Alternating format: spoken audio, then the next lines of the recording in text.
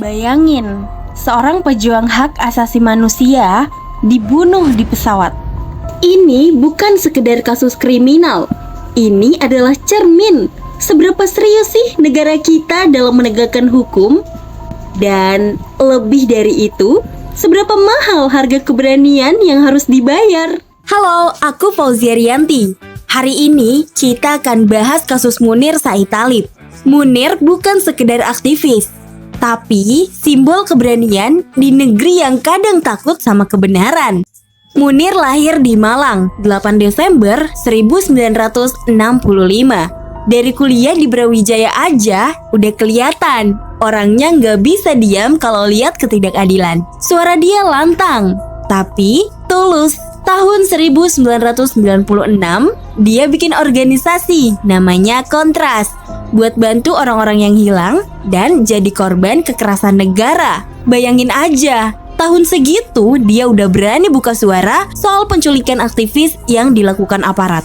Sejak itu, hidupnya nggak tenang. Banyak teror, diintimidasi, diancam. Tapi Munir tetap jalan terus. Buat Munir, melawan ketidakadilan bukan pilihan. Itu kewajiban moral. Tanggal 7 September 2004, Munir naik pesawat Garuda GA974 ke Belanda. Rencananya sih mau lanjut kuliah di sana. Tapi siapa sangka, itu jadi penerbangan terakhirnya.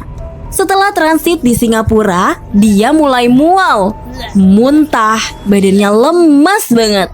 2 jam sebelum mendarat, dia meninggal. Hasil otopsi di Belanda bilang tubuh Munir penuh racun arsenik. Jadi ini jelas pembunuhan.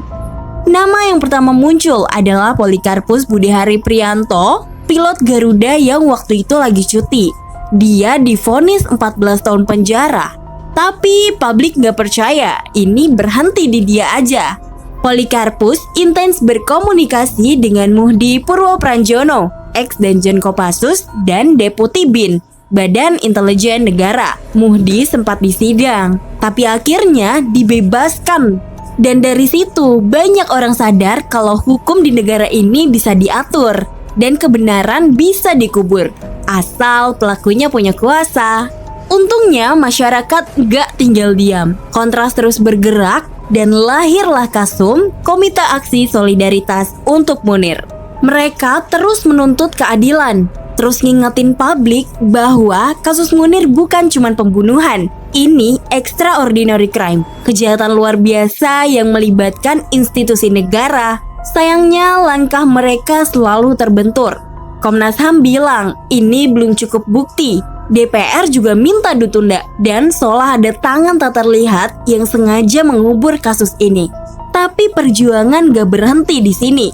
Dunia internasional ikut bersuara, mulai dari Amnesty International, Human Rights Watch, PBB, hingga pemerintah Belanda, semuanya nuntut keadilan buat Munir. Karena yang dibela Munir itu kemanusiaan, bukan politik.